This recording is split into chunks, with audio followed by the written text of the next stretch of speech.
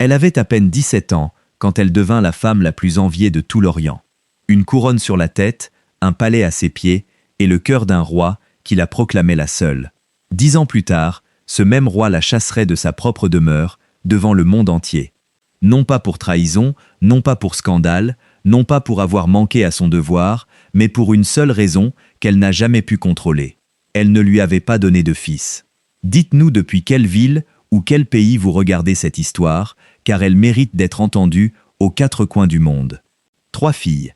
3 filles magnifiques, saines, aimées de tous, sauf par l'unique loi qui comptait dans ce royaume. Et pour cela, pour quelque chose que la nature avait décidé à sa place, une reine adorée fut répudiée, effacée des portraits officiels et poussée vers l'oubli. Voici l'histoire de Farida d'Égypte, la reine qui avait tout à 17 ans et qui apprit dans la solitude la plus absolue que la dignité ne s'hérite pas avec une couronne.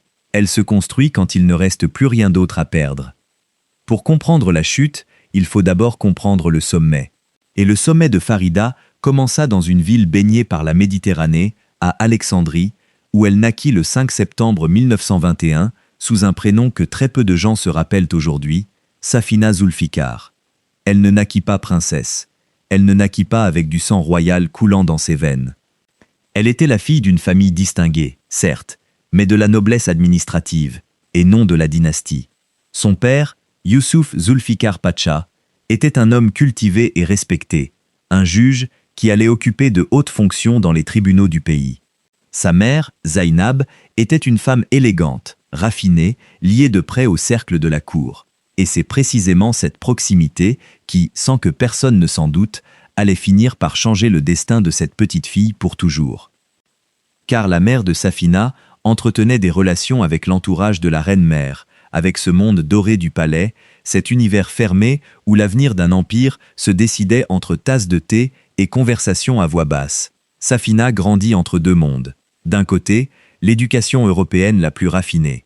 Elle étudia dans des établissements français, parlait plusieurs langues avec aisance, lisait, peignait, jouait du piano, évoluait avec la naturelle de celle qui a été formée pour briller dans n'importe quel salon d'Europe.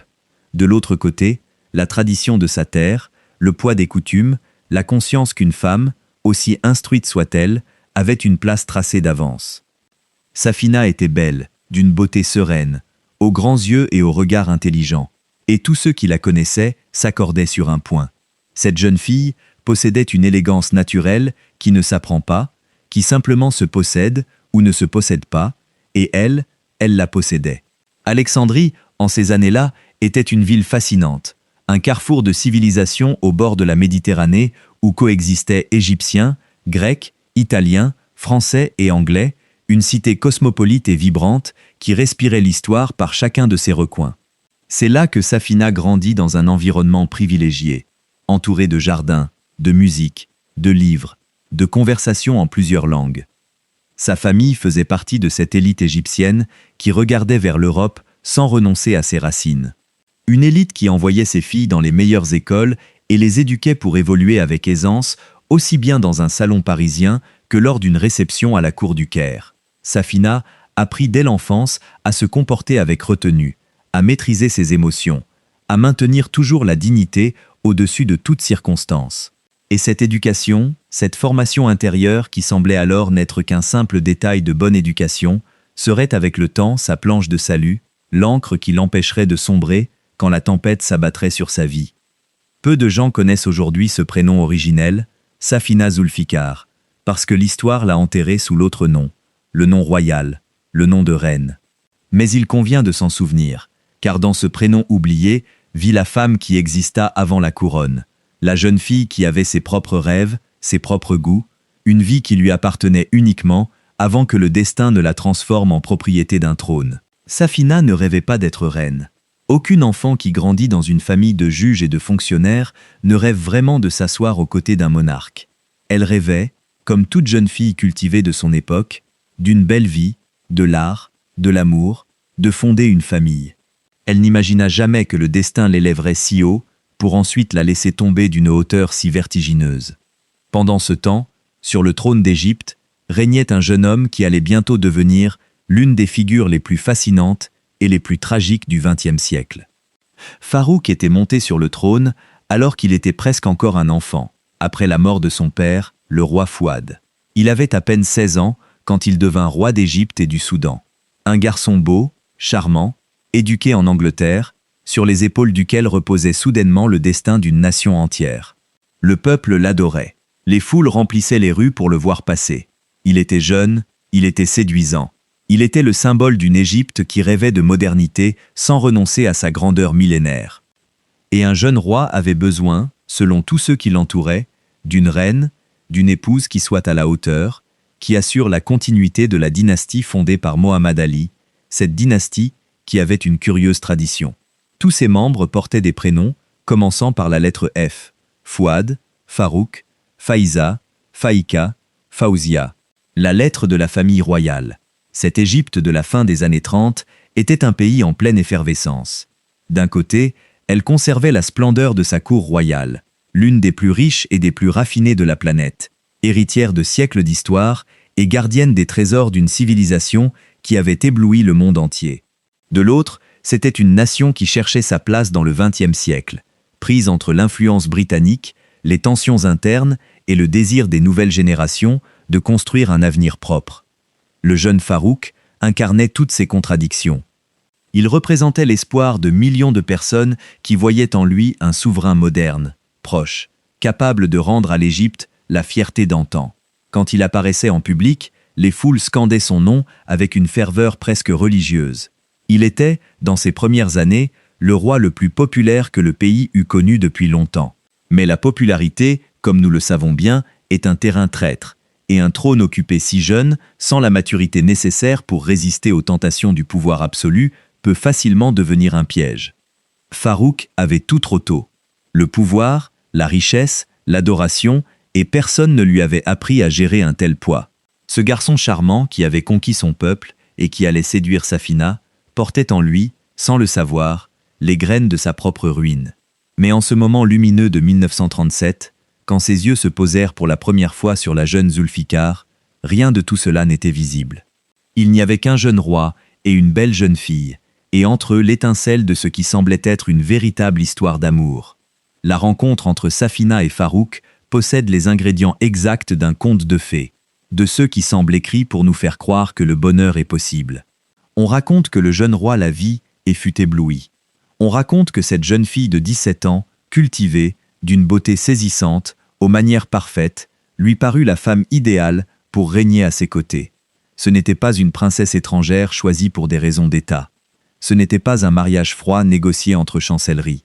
C'était, ou du moins c'est ainsi qu'on le présenta au peuple, une histoire d'amour. Le roi d'Égypte, épris d'une jeune égyptienne, l'une des siennes, une fille de sa propre terre. Le pays entier fut ému. Enfin, un roi qui choisissait avec le cœur. Pour l'Égypte de ces années-là, cela avait une signification immense. Pendant des générations, les mariages royaux avaient été des alliances calculées, des unions entre dynasties, des accords diplomatiques dans lesquels l'amour n'avait aucune place. Que le jeune roi choisisse une jeune fille égyptienne, fille de son propre peuple, par inclination personnelle et non par convenance politique, était presque révolutionnaire. Cela symbolisait un rapprochement entre le trône et la nation, une promesse de modernité, un geste qui enflamma le cœur de millions d'Égyptiens qui virent dans cette union le reflet de leurs propres espoirs. Safina n'était pas une étrangère distante, elle était l'une d'eux. Et en devenant reine, elle portait avec elle la fierté d'un peuple entier qui se sentait soudainement représenté au palais. Cette proximité, cet amour populaire pour elle, perdurerait même après sa chute et serait l'une des raisons pour lesquelles, avec le temps, les gens se souviendraient d'elle avec affection et avec peine. Et alors se produisit la transformation. Car pour épouser le roi, Safina dut cesser d'être Safina. La tradition de la dynastie exigeait que son prénom commence par la lettre sacrée de la famille, le F. Et ainsi, du jour au lendemain, Safina Zulfikar cessa d'exister et Farida naquit. Farida, qui en arabe signifie la seule, l'incomparable, celle qui n'a pas d'égal. Imaginez ce que cela signifie. À 17 ans, non seulement vous devenez reine du pays le plus ancien du monde, mais vous perdez votre propre prénom, le prénom que votre mère vous a donné, le prénom avec lequel vous avez joué enfant, et vous recevez en échange un titre qui vous définit devant l'histoire comme la seule. Quel poids, quelle promesse, Et quelle cruelle ironie l'avenir réservait à ce mot. Le mariage fut célébré le 20 janvier 1938 et fut, sans exagérer, l'un des événements les plus fastueux que le monde vit en cette décennie. L'Égypte s'arrêta. Le pays entier se para de fête. Les rues du Caire se remplirent de gens qui voulaient voir passer leur jeune reine. Il y eut des défilés, des salves de canons, des banquets qui durèrent des heures, des délégations venues de la moitié du monde pour rendre hommage au couple royal. Farida portait une robe confectionnée par l'une des maisons de haute couture les plus prestigieuses de Paris. Une robe digne d'une impératrice, avec des dentelles, des broderies, une traîne interminable qui semblait ne jamais finir. Les bijoux qu'elle arborait auraient suffi à acheter une ville entière. Des diamants, des émeraudes, des perles qui avaient appartenu à des générations de reines. La cour égyptienne était alors considérée comme l'une des plus somptueuses du monde, comparable à celle d'Europe. Et ce mariage fut son moment de splendeur absolue. Mais au-delà du luxe, ce qui touchait les gens, c'était la jeunesse des mariés. Un roi de 18 ans, une reine de 17, deux jeunes gens magnifiques au sommet du monde, avec tout l'avenir devant eux, un empire à leurs pieds et, selon tous, un amour sincère qui les unissait. Les photographies de ce jour firent le tour de la planète.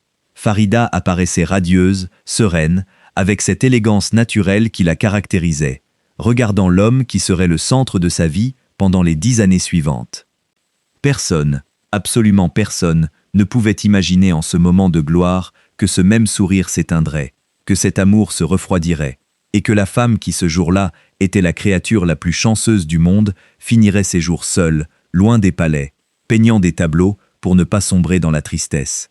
Rarement dans l'histoire, une femme a atteint une position aussi élevée à un âge aussi jeune. À 17 ans, quand la plupart des jeunes filles commencent à peine à rêver de leur avenir, Safina, devenue Farida, était la première dame d'un royaume millénaire. Elle présidait des réceptions auxquelles assistaient des diplomates du monde entier. Son image paraissait dans des magazines d'Europe et d'Amérique. On parlait de son élégance, de son goût exquis, de la dignité avec laquelle elle représentait son pays. Elle était admirée, imitée, enviée. Les femmes de la haute société étudiaient ses robes, sa coiffure, ses gestes. Farida était devenue, presque sans le vouloir, une icône, le visage féminin d'une Égypte qui voulait se montrer au monde moderne et raffiné. Et elle portait tout cela avec une naturelle stupéfiante pour quelqu'un d'aussi jeune, comme si elle était née pour ce rôle. Durant les premières années, la relation avec Farouk fut affectueuse, même tendre. Ils partageaient des intérêts, s'accompagnaient lors des actes officiels, formaient un couple que le peuple percevait comme authentique et heureux. Farida n'était pas une reine décorative. Elle avait des opinions, du discernement, s'intéressait aux affaires du pays et au bien-être des gens. Elle soutenait des causes sociales. Elle se préoccupait particulièrement de la situation des femmes égyptiennes, de l'éducation des filles, des œuvres de bienfaisance. Elle voulait être une reine utile, pas seulement une belle figure pour les photographies. Et pendant un temps, Farouk sembla apprécier cette force de caractère, cette intelligence qui la distinguait de tant d'autres femmes qui avaient traversé sa vie. Pendant un temps, ils semblaient faits l'un pour l'autre. Pendant un temps, le conte de fées n'avait pas besoin d'être fin parce qu'il était simplement vrai. Et pendant un temps, Farida fut vraiment ce que son prénom promettait, la seule. Et alors, arriva la première fissure. Une fissure si petite au début que personne n'y prêta attention, mais qui, avec le temps, deviendrait l'abîme qui engloutirait tout son bonheur. En novembre 1938, à peine quelques mois après le mariage, Farida donna naissance à son premier enfant. La nation retint son souffle. Toute la machinerie de l'État, toute la dynastie, toute la cour attendait un seul mot, un garçon, un prince, un héritier qui assurerait la continuité du trône de Mohammed Ali. Car en Égypte, comme dans tant de royaumes de cette époque, le trône ne pouvait passer qu'à un fils, une fille, aussi aimée soit-elle, ne pouvait hériter de la couronne. Et la nouvelle arriva. C'était une fille, une princesse. On l'appela Ferial. Au début, personne ne s'inquiéta outre mesure. Farida était très jeune. Elle avait toute la vie devant elle. Une fille d'abord, disait-on, et ensuite viendra le garçon. C'était une question de temps, de patience, de la volonté du destin. Farouk accueillit sa première fille avec tendresse. La cour célébra la naissance, mais quelque part, dans les conversations discrètes des couloirs du palais, dans les regards des conseillers, dans les murmures des matriarches de la famille, une idée commença à s'installer, grandissant comme une ombre. La reine devait donner un fils. C'était son devoir. C'était la raison ultime de son existence sur ce trône. Sa beauté, son élégance, son intelligence, tout cela était très bien. Mais la seule chose véritablement indispensable était un garçon. Et l'horloge, sans que personne ne le dise à voix haute, commença à tourner. Les mois passèrent, les années passèrent, et Farida tomba de nouveau enceinte. De nouveau la nation retint son souffle. De nouveau tout l'espoir se concentra sur un seul mot. En avril 1940, naquit le deuxième enfant. Et de nouveau la nouvelle. C'était une fille. On l'appela Fawzia, comme la sœur du roi. 2 filles, 2 princesses belles et en bonne santé, mais aucun héritier. Et maintenant les murmures n'étaient plus si discrets. La pression commença à se faire sentir dans la relation même du couple. Farouk, qui avec le temps changeait, laissait derrière lui le garçon charmant des premiers jours pour devenir un homme plus capricieux, plus absorbé par les plaisirs, plus entouré de flatteurs. Il commença à regarder son épouse différemment, non pas avec haine, pas encore, mais avec une ombre croissante de déception que Farida, femme sensible et intelligente, ne pouvait s'empêcher de percevoir. Imaginez ce que cette femme dut ressentir. Mettre au monde 2 filles en bonne santé, 2 êtres que n'importe quelle mère adorerait, et découvrir qu'au lieu de joie, elle provoque de la déception, que sa maternité est remise en question au lieu d'être célébrée, que dans chaque grossesse, au lieu de l'enthousiasme, elle ressent le poids écrasant d'une attente impossible à satisfaire par sa seule volonté. Et tout ce reproche silencieux, toute cette culpabilité qui ne lui appartenait pas, retombait sur une seule personne, sur elle. Cette injustice n'était pas le caprice isolé d'un seul homme.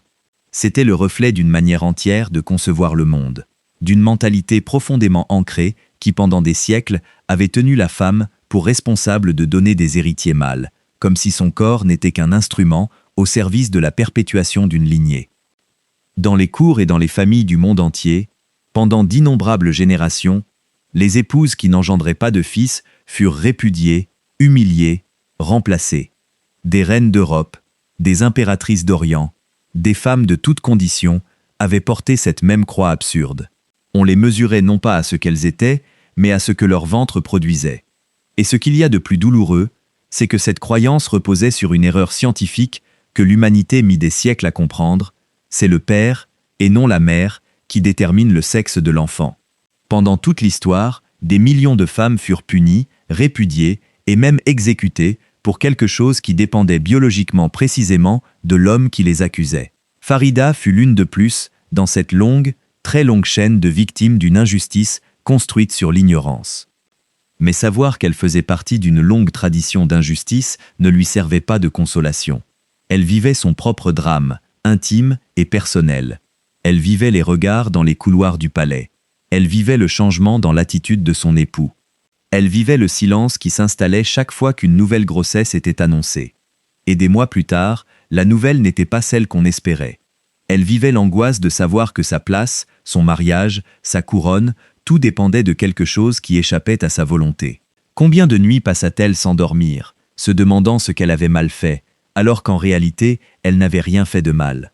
Combien de fois se regarda-t-elle dans le miroir, en se sentant injustement coupable de quelque chose dont personne ne pouvait être coupable?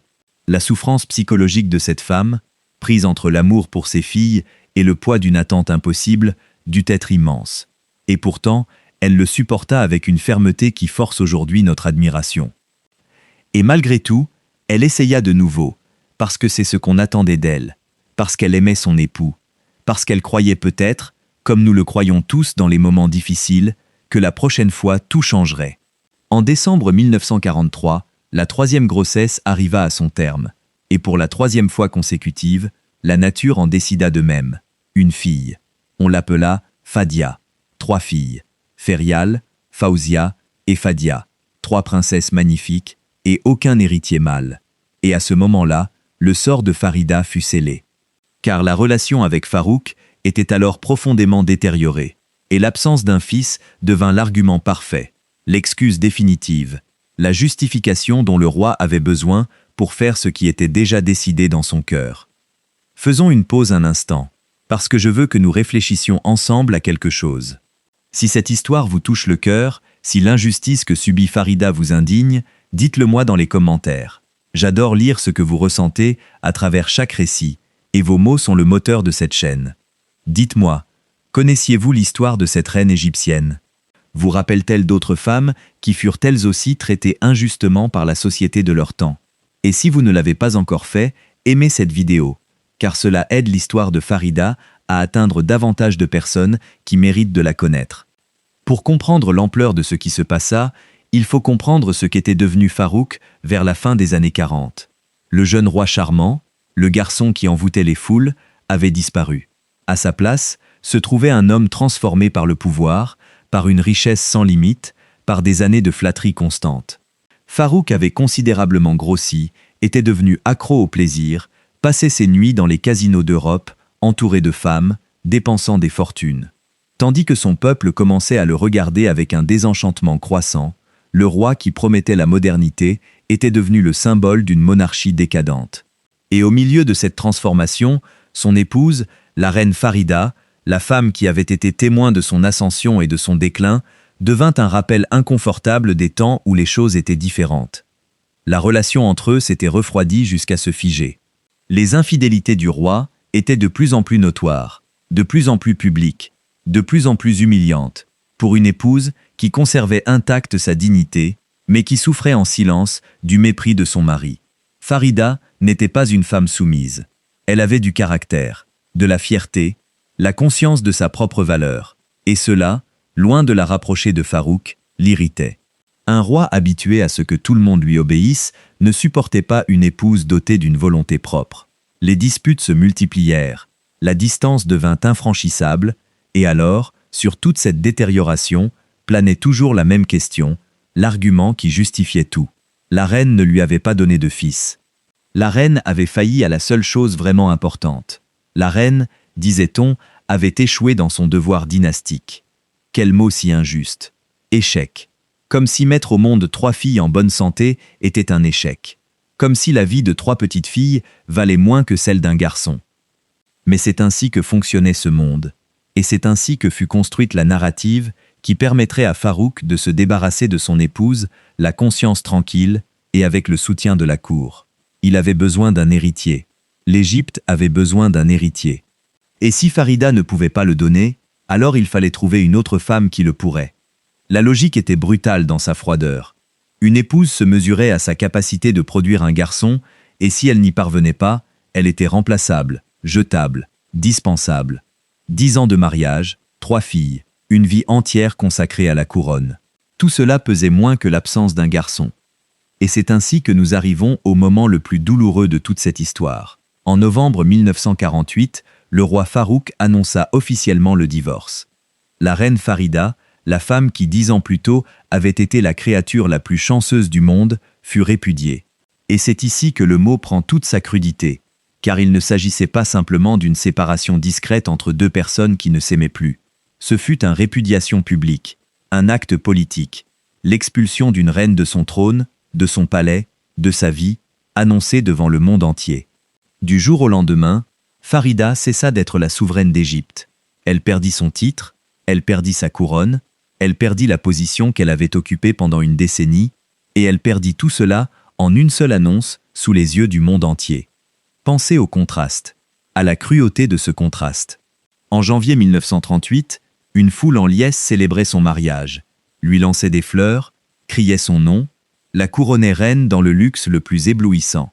En novembre 1948, cette même femme quittait le palais répudié, dépouillée de tout, transformée du jour au lendemain en une figure gênante qu'il valait mieux oublier.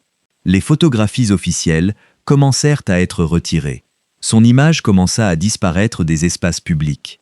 C'était comme si l'État voulait l'effacer, comme s'il prétendait réécrire l'histoire pour feindre que cette reine n'avait jamais existé. Et ce qu'il y avait de plus déchirant dans tout cela, elle dut laisser derrière elle ses filles. Car les princesses appartenaient à la dynastie, appartenaient au roi, et une mère répudiée n'avait pas le droit de les garder auprès d'elle comme n'importe quelle autre mère. Arrêtez-vous un instant pour ressentir le poids de cela. Une femme de 27 ans, en pleine fleur de l'âge, qui avait tout eu, se retrouvait soudainement sans mari, sans couronne, sans titre, sans foyer, et le plus cruel de tout, séparée de ses 3 filles. Tout ce qui donnait un sens à son existence, lui avait été arrachée en un seul coup. N'importe qui d'autre se serait effondré. N'importe qui d'autre serait tombé dans l'amertume, dans la dépression, dans le ressentiment éternel, et personne ne l'en aurait blâmé. Mais c'est ici, précisément ici, au point le plus bas de son existence, que l'histoire de Farida cesse d'être seulement une tragédie et devient quelque chose de bien plus grand. L'histoire d'une femme qui, dépouillée de tout, décida de se reconstruire elle-même depuis les cendres. Mais avant de parler de cette reconstruction, il faut mesurer la douleur de la séparation, car ce fut, sans aucun doute, la blessure la plus profonde de toutes. Pour une mère, il n'est pas de châtiment comparable à celui d'être séparée de ses enfants. Farida avait porté ses 3 petites filles dans son ventre, les avait allaitées, bercées, vu faire leurs premiers pas et prononcer leurs premiers mots. Elles étaient sa chair, son sang, sa plus grande joie, au milieu d'un mariage devenu malheureux. Et soudainement, par une décision qui n'était pas la sienne, elle devait s'en séparer, les voir grandir à distance, renoncer au quotidien de la maternité que toute femme tient pour acquis. Les princesses appartenaient à la dynastie. Elles étaient filles du roi avant d'être filles de leur mère, et Farida, répudiée, perdait sur elle les droits que la nature lui avait accordés. Il est difficile d'imaginer une douleur plus lancinante. Il est difficile de concevoir une cruauté plus raffinée que celle d'arracher à une femme non seulement sa position et sa dignité publique, mais aussi le contact quotidien avec les filles pour la naissance desquelles, paradoxalement, on la punissait. Et pourtant, même au milieu de ce déchirement, Farida conserva quelque chose qu'aucun décret royal ne pouvait lui ôter, l'amour de ses filles. Car ces 3 princesses, Ferial, Faouzia et Fadia, grandirent en sachant qui était leur mère, en sachant ce qu'elle avait souffert, et le lien entre elles ne se rompit jamais complètement. Le temps, qui guérit tout et révèle tout, finirait par les réunir. Mais en ce novembre amer de 1948, Farida ne pouvait voir que l'abîme qui s'ouvrait devant elle, une vie entière à venir, vide de tout ce qui l'avait défini, sans savoir encore que de ce vide naîtrait sa renaissance. Car Farida ne sombra pas. Farida, dans le silence de sa nouvelle vie sans couronne, découvrit qu'il y avait quelque chose que le roi ne pouvait pas lui prendre, quelque chose qui ne dépendait d'aucun trône ni d'aucun homme, son propre talent. Depuis très jeune, elle avait peint. C'était l'une de ses passions de jeunesse que le poids de la couronne avait laissé en sommeil pendant des années. Mais maintenant, dans sa solitude, sans les obligations de la royauté, avec tout le temps du monde et toute la douleur à traverser, Farida revint au pinceau, et non pas comme un simple passe-temps pour remplir les heures vides. Peindre devint son salut, son refuge, la manière de transformer la souffrance en beauté.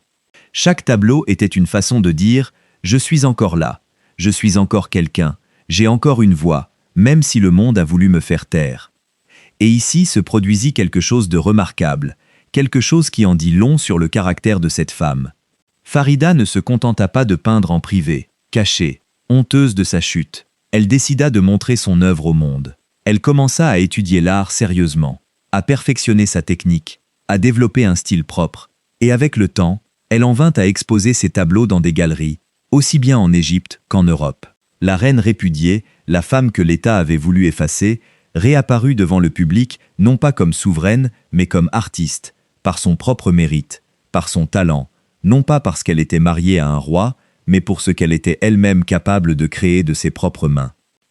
Et cela, à une époque où une femme divorcée et répudiée portait un énorme stigme, fut un acte de courage extraordinaire, une déclaration silencieuse mais puissante d'indépendance et de dignité. Ces tableaux reflétaient une sensibilité profonde. Ceux qui les virent parlaient de couleurs vibrantes, de paysages, de portraits, d'un regard artistique qui révélait le monde intérieur d'une femme qui avait appris à observer la vie depuis un lieu de douleur, mais aussi de sérénité.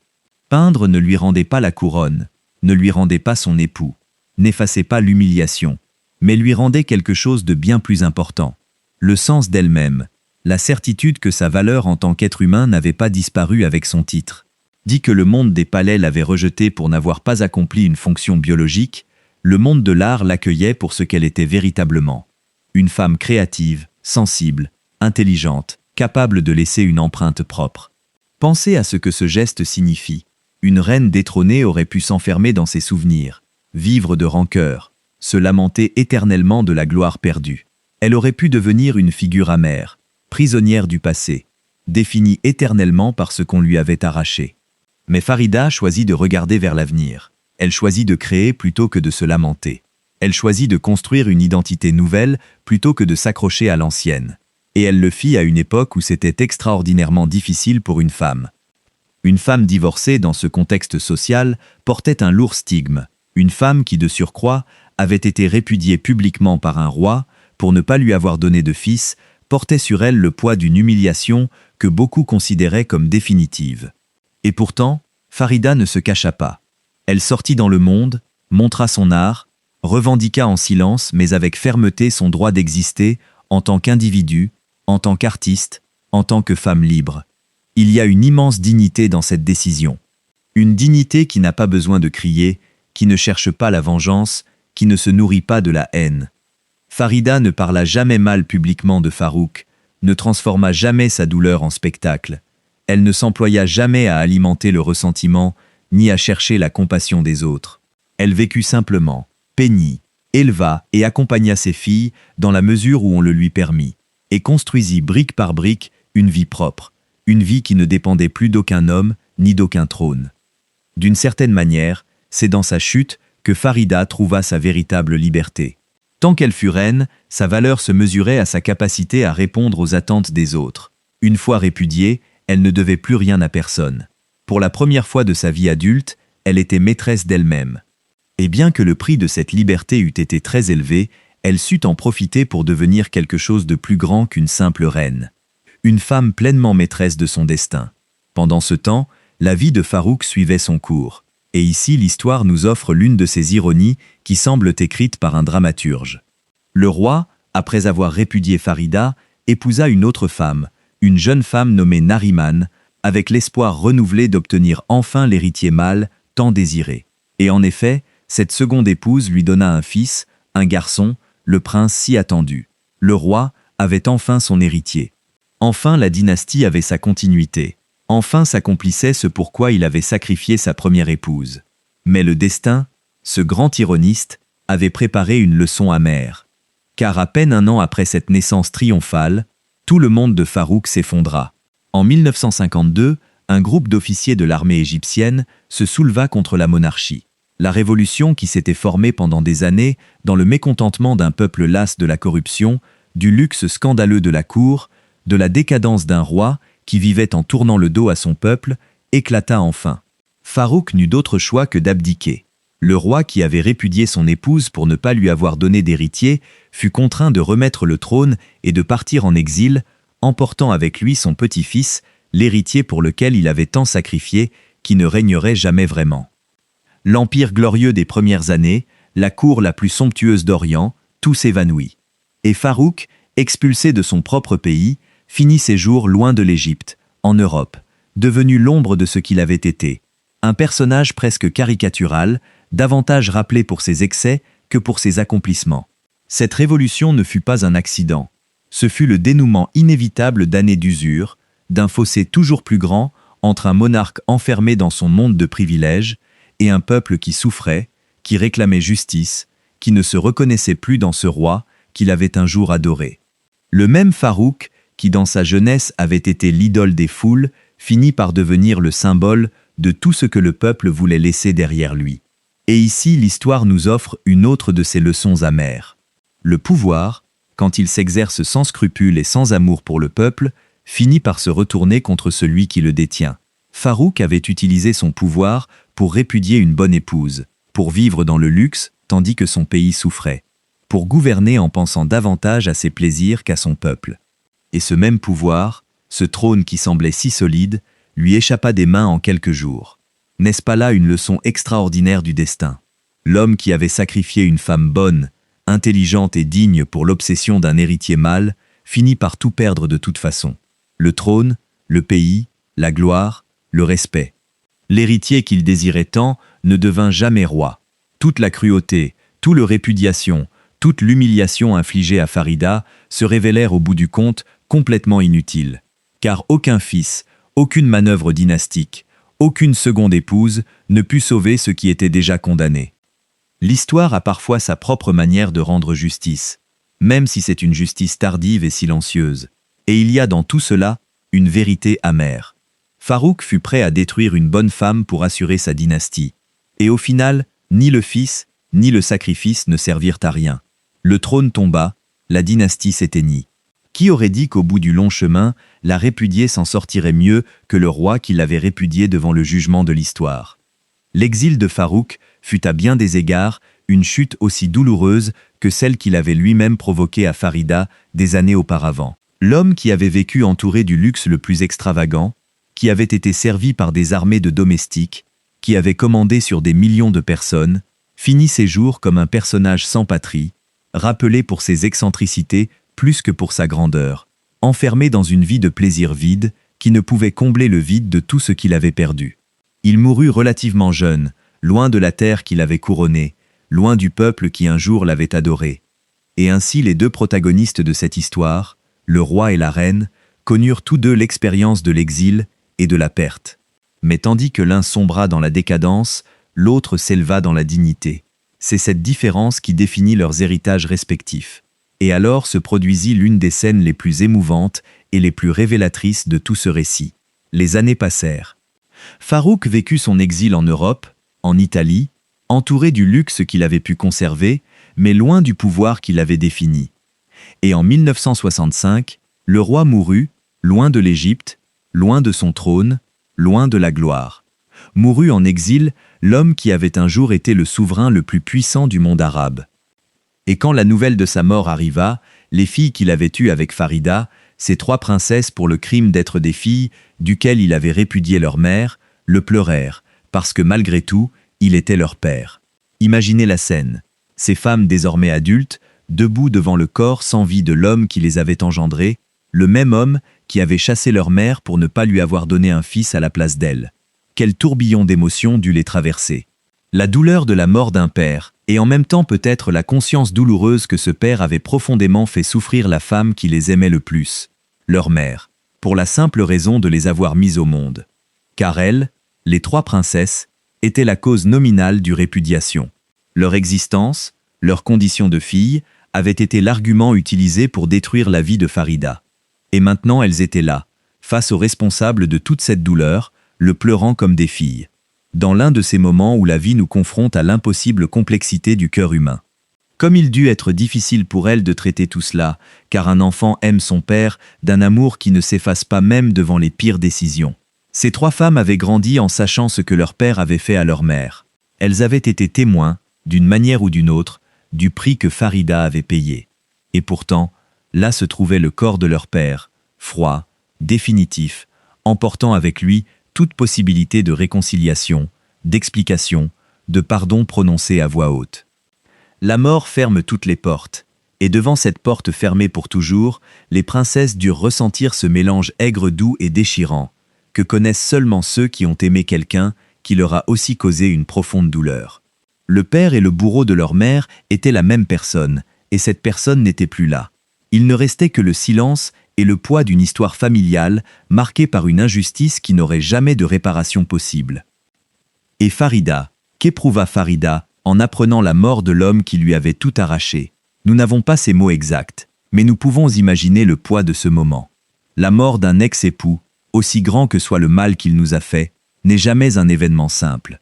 Surtout quand cet homme fut le père de nos filles, quand nous avons partagé avec lui les années les plus décisives de notre jeunesse, quand il fut pour le meilleur et pour le pire, le centre de notre existence pendant une décennie entière. Farida avait construit depuis lors une vie nouvelle, une vie propre, loin de la rancœur. Elle ne vivait pas obsédée par le passé, mais la mort de Farouk dut inévitablement remuer les cendres de tout ce qui fut un jour. L'amour des premières années, la trahison, l'humiliation, les filles, les rêves brisés, une vie entière contenue dans une seule nouvelle. Peut-être que dans un recoin de sa mémoire, Farida se souvint de ce garçon charmant dont elle était tombée amoureuse à 17 ans, le jeune roi qui l'avait regardée comme si elle était la femme la plus merveilleuse du monde, avant que le pouvoir, les excès et l'obsession dynastique ne le transforment en un autre homme. Peut-être pleura-t-elle non pas tant pour le Farouk qui l'avait répudié, mais pour ce premier Farouk, celui des jours lumineux, celui du conte de fées qui s'était si vite brisé. Car la douleur la plus profonde ne naît pas toujours de la haine, mais de la nostalgie pour ce qui aurait pu être et ne fut pas. Et Farida, femme sage et sereine, dut comprendre mieux que quiconque qu'en mourant, Farouk emportait aussi avec lui le dernier témoin de sa jeunesse, de ses rêves de jeune fille, de cette époque irremplaçable où elle avait été vraiment, et pour quelques années, la femme la plus heureuse du monde. Ce qu'il y a d'extraordinaire chez Farida, c'est qu'elle ne se laissa jamais dévorer par le ressentiment. Elle aurait eu tous les droits du monde de vivre dans l'amertume, de maudire son destin, de passer le reste de ses jours à se lamenter de ce qu'on lui avait pris. Mais elle choisit une autre voie. Elle choisit la dignité, elle choisit la sérénité. Elle choisit de reconstruire sa vie plutôt que de rester prisonnière des ruines de l'ancienne. Et c'est cela, à mon sens, qui en fait une figure véritablement admirable. Elle ne fut pas grande pour avoir été reine. N'importe quelle femme peut être couronnée reine en épousant un roi.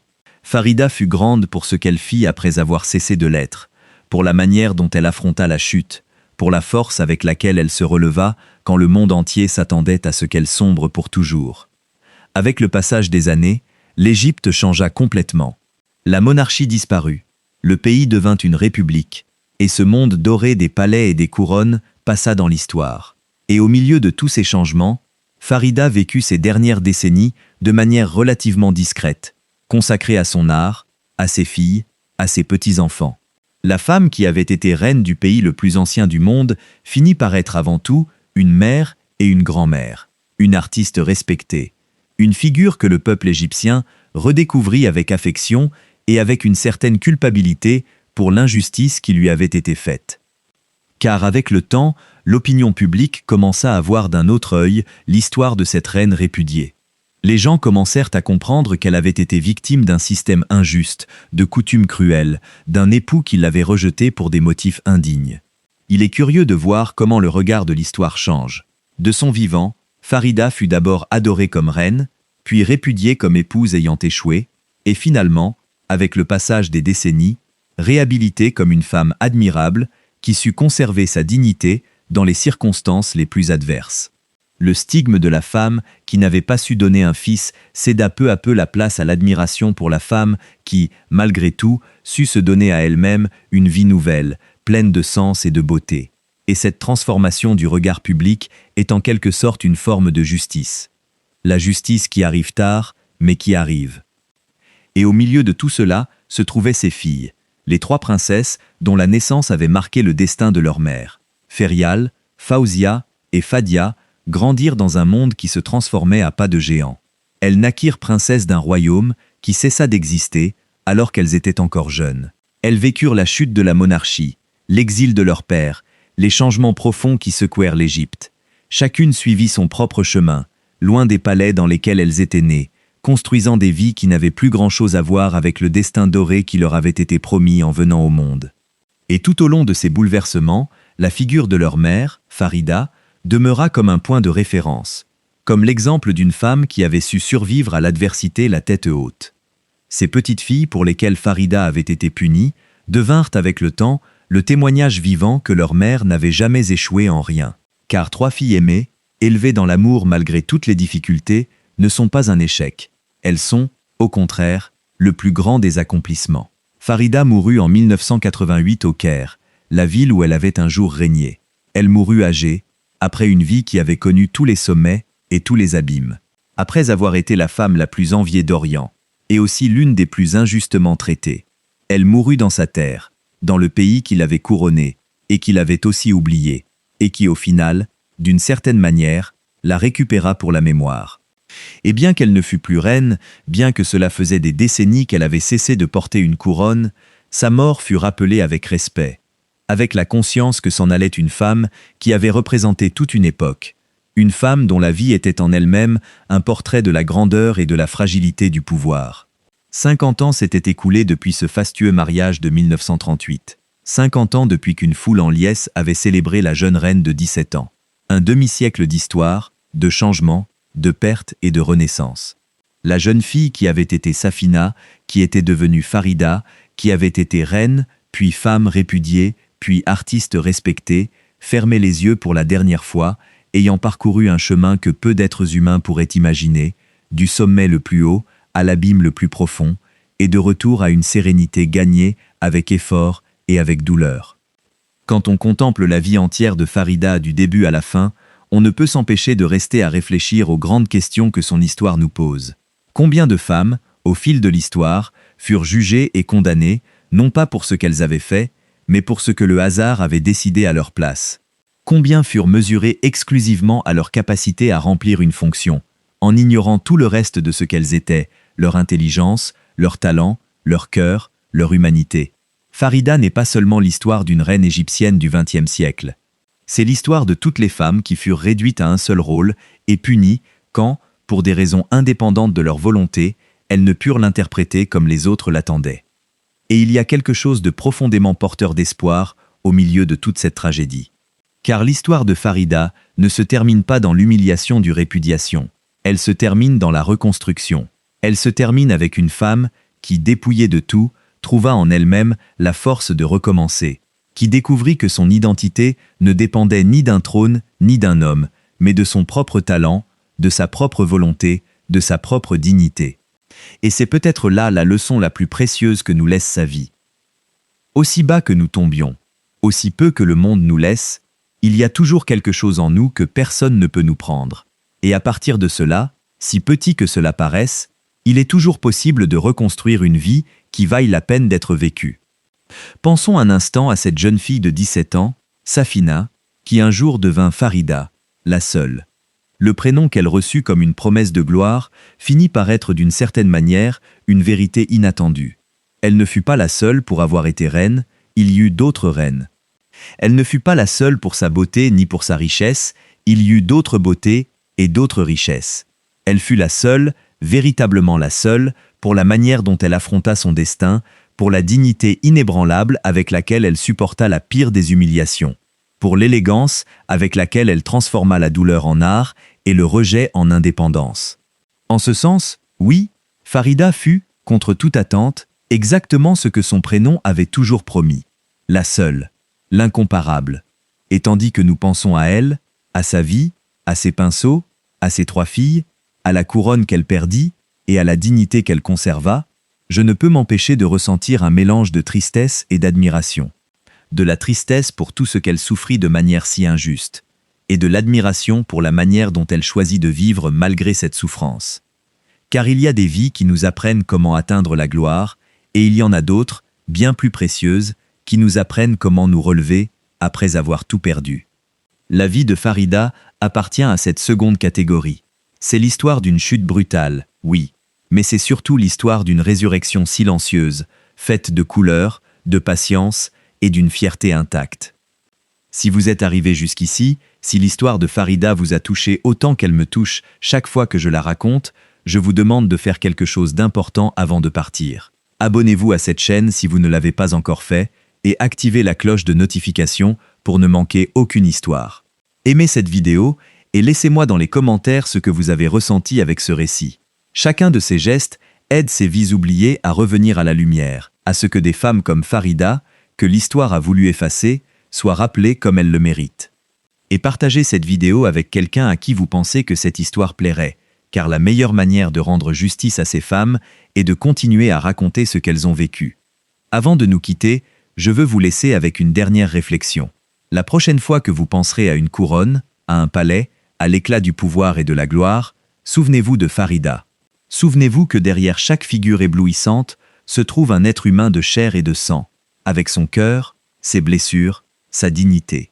Souvenez-vous que la véritable grandeur ne se mesure pas à la hauteur à laquelle nous nous élevons, mais à la manière dont nous nous comportons quand tout s'effondre. Farida perdit tout à 27 ans, et pourtant, dans la solitude de son exil intérieur, face à la toile blanche, elle trouva le moyen de rester jusqu'au dernier jour de sa vie exactement ce que son prénom avait toujours promis, la seule. Merci de m'avoir accompagné jusqu'à la fin.